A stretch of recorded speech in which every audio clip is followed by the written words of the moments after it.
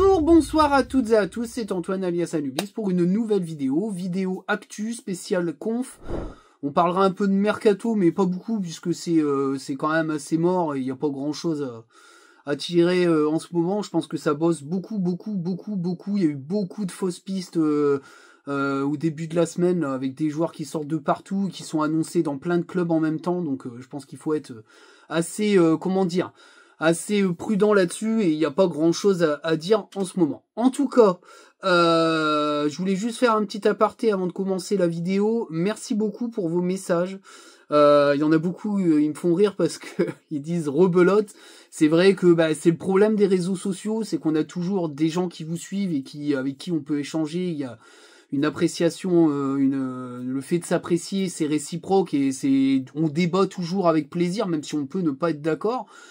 Et puis, t'as toujours le côté obscur des réseaux sociaux, c'est-à-dire des gens qui te détestent alors qu'ils ne te connaissent même pas pour des raisons qui soient physiques, soit parce que t'as dit un truc qui a pas plu et puis tu pars en live parce que c'est exacerbé les réseaux sociaux puisque t'es derrière un écran et qui de temps en temps se réveille et décide de te chier dessus comme ça, c'est la teuf à nénesse, mais c'est la vie, c'est comme ça.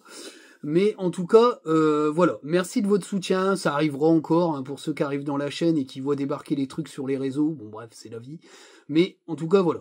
Bon, quand ça dépasse les bornes, quand ça devient dans le cadre d'une diffamation, etc., j'hésite pas à quand même prévenir les gens qu'à un moment donné, il faut quand même avoir des limites dans les paroles, parce qu'il faut faire très attention à ce qu'on dit.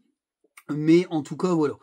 Sachez que ça arrivera encore, mais je fais toujours un petit aparté pour remercier les gens qui m'envoient des messages sympatoches, parce qu'en vrai, il faut passer à autre chose, et c'est le virtuel. Après moi je suis d'une génération où le virtuel c'est un truc à part de ma vie, donc voilà, je sais qu'il y a des générations où le virtuel est totalement ancré dans leur vie. Moi, quand je raccroche internet ou les réseaux sociaux, je vis ma vie de tous les jours, et puis voilà, j'accorde pas d'importance à ce que les réseaux peuvent avoir comme une influence morale sur moi.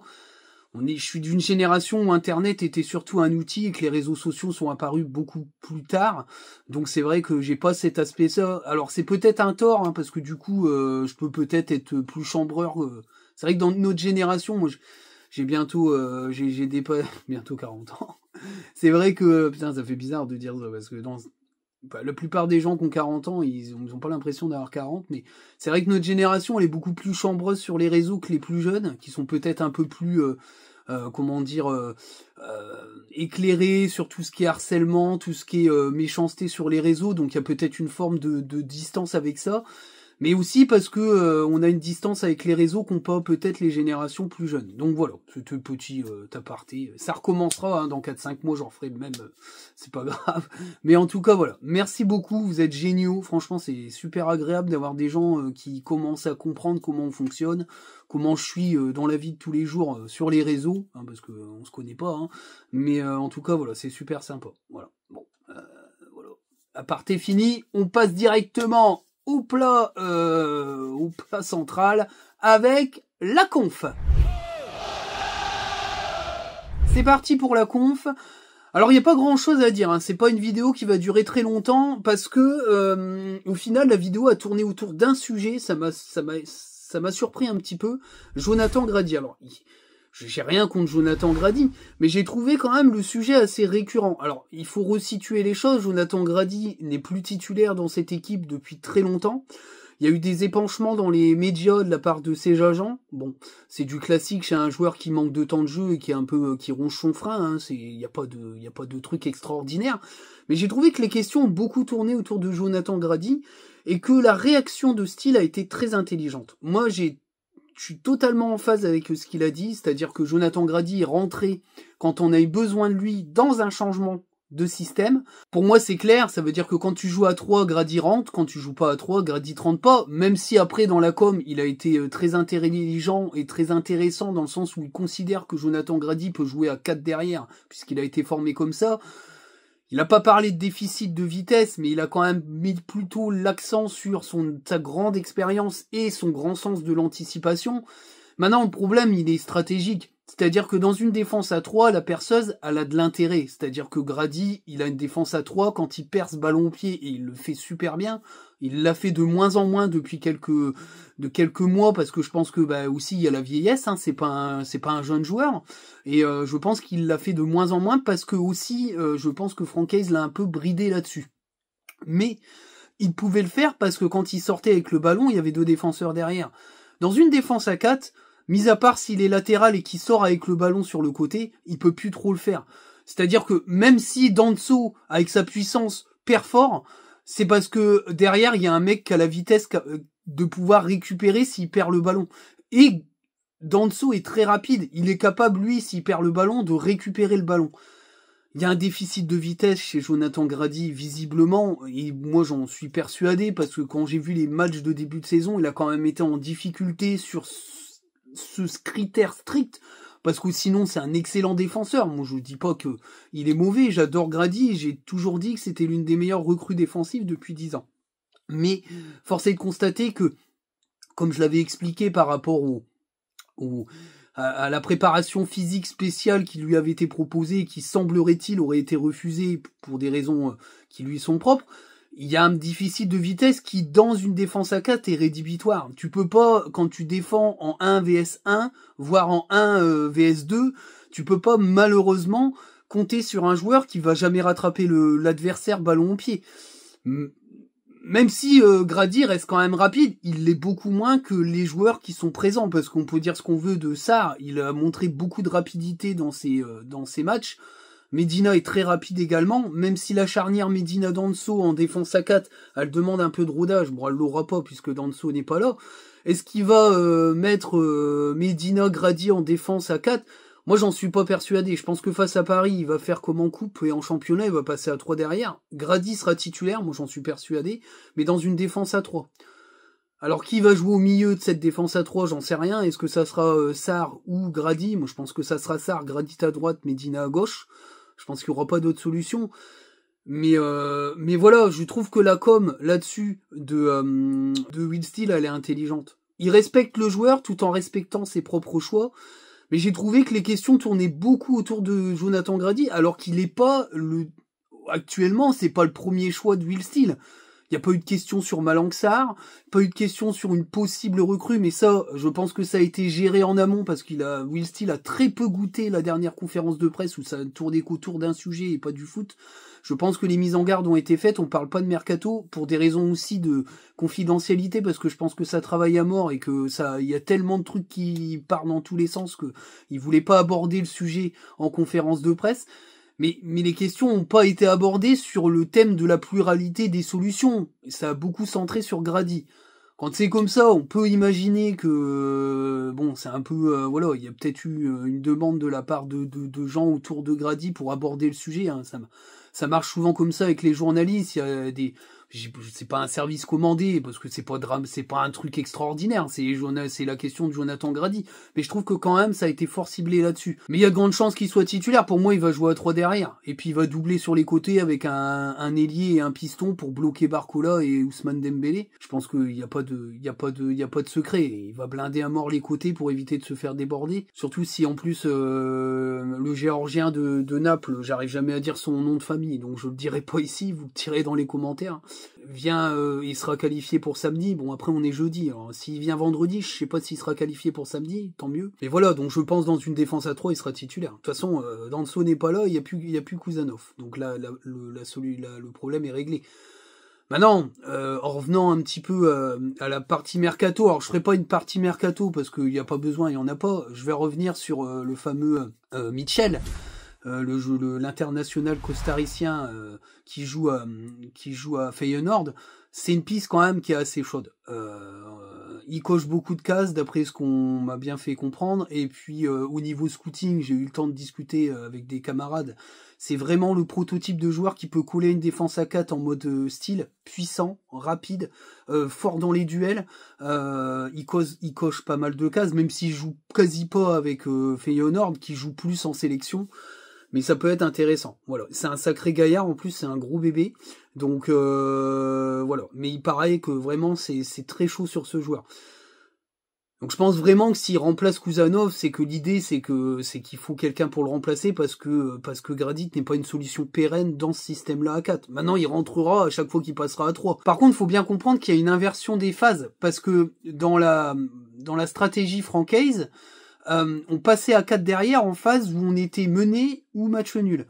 Là, on est dans une différence totalement inverse chez Will Steele, puisque Will Steele joue à 4 de départ et passe à 3 en phase match nul ou défaite, parce que il met ses latéraux plus haut encore et recentre ses ailiers, donc il joue à 3 derrière pour pouvoir faire monter ses pistons. Donc en fait, Grady démarrera pas les matchs, mais les finira en cas de scénario, on va dire contraire, hein, c'est-à-dire match nul ou défaite.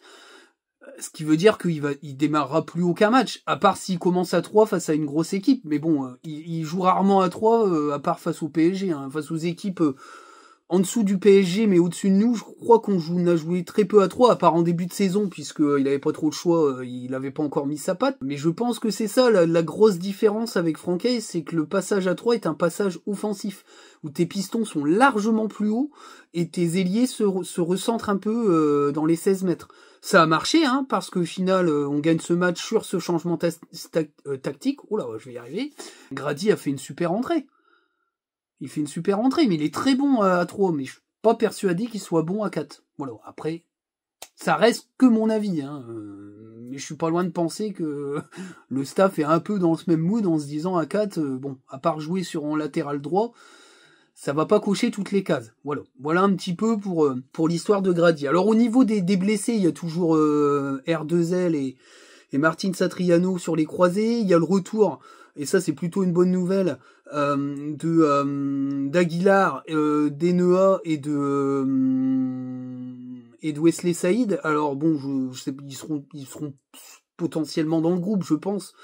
Mais c'est plutôt une bonne nouvelle pour avoir un peu plus de solutions offensives, même si je pense qu'avec Wesley Saïd, ils vont être très très prudents vu la fragilité du joueur en ce moment. Et voilà, alors il y a un petit doute sur Angelo Fulgini, parce qu'il aurait les ischios auraient un peu sifflé. Petric, problème de dos, parce que sur le synthétique, il a pas dû bien retomber, il a dû se faire mal au dos, je pense.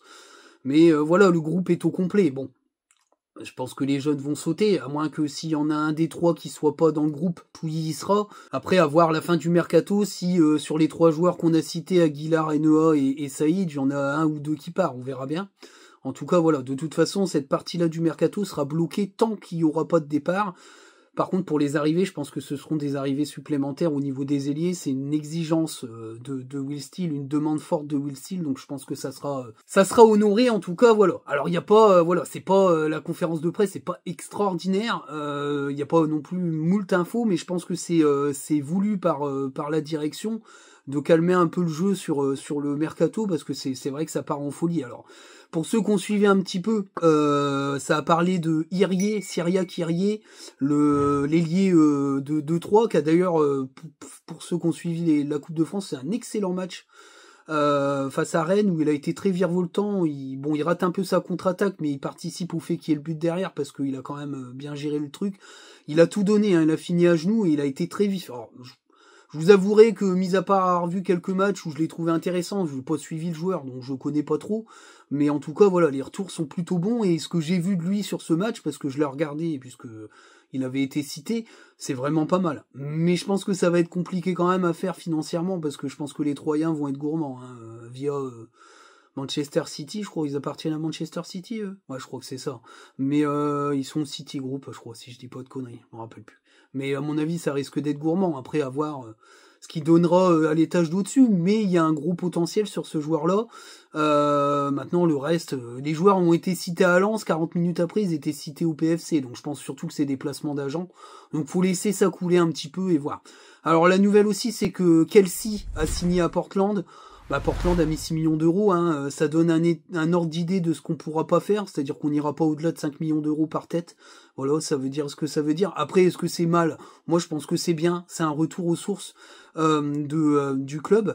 Je pense qu'il faut retourner sur ces types de transferts-là, joueurs de championnat secondaire entre 4 et 5, voire peut-être 6 millions d'euros pour certains, mais on n'ira pas plus haut. Et voilà, Portland a raflé la mise. Pourtant, le club était quand même assez chaud sur ce fameux Kelsey, là, capable de jouer en pointe et sur une aile. Et je pense que voilà, au niveau financier, on n'est pas capable de rivaliser. Donc je pense que c'est aussi pour ça qu'on a éteint un peu on a coupé un peu les vannes des infos mercato, parce que je pense qu'ils veulent travailler un peu peinard, parce que pour faire des cibles à moins de 5 millions, il faut être discret. Hein. Il faut être discret. Alors beaucoup me le demandent souvent dans les vidéos conf, un peu mon idée de départ pour le 11. Bah, il faut attendre le groupe, je pense que je le ferai dans le short, mais pour moi, je pense que ça sera une défense à 3 avec Grady, Sarr et Medina. Machado à gauche, Frankowski à droite, en piston. Un milieu de terrain, je pense que ça va être un milieu de terrain un petit peu hybride, avec Diouf, Thomasson et sur Fulgini ou DPDC, et puis peut-être une attaque à 2 avec pourquoi pas Enzola et Koyalipou, mais il peut aussi mettre Koyalipou et Angelo Fulgini dans un espèce de faux de 9,5, faux 9, et puis densifier le milieu de terrain en mettant des ailiers supplémentaires sur les côtés. Donc il y aurait Zarouri et puis un peu plus haut Sotoka. Donc je pense que ça c'est ça sera soit un 5-4-1, je pense, ou alors un 5-3-2, mais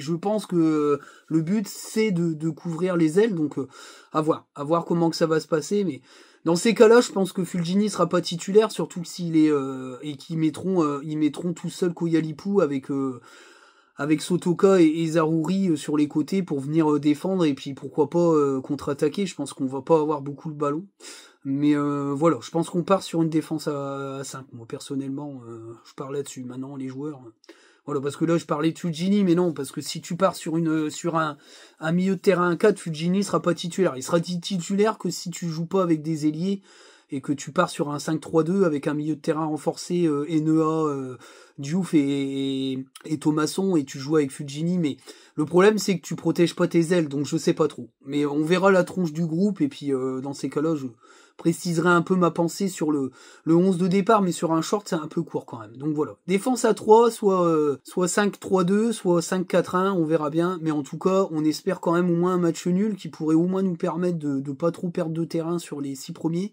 surtout que la Coupe de France elle a fait sauter pas mal d'équipes devant nous. Il en reste 3, je crois, Monaco, Lille, Nice, c'est Paris, 4.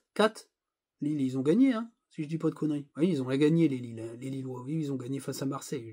Je crois que c'est ça. Hein. Peut-être que je dis des conneries. Non, c'est Manonnet. Ouais, non, ils ont gagné, les Lillois. Donc il y a 4 équipes au-dessus de nous qui sont encore là. Mais bon, après le tirage au sort, ça peut faire très mal.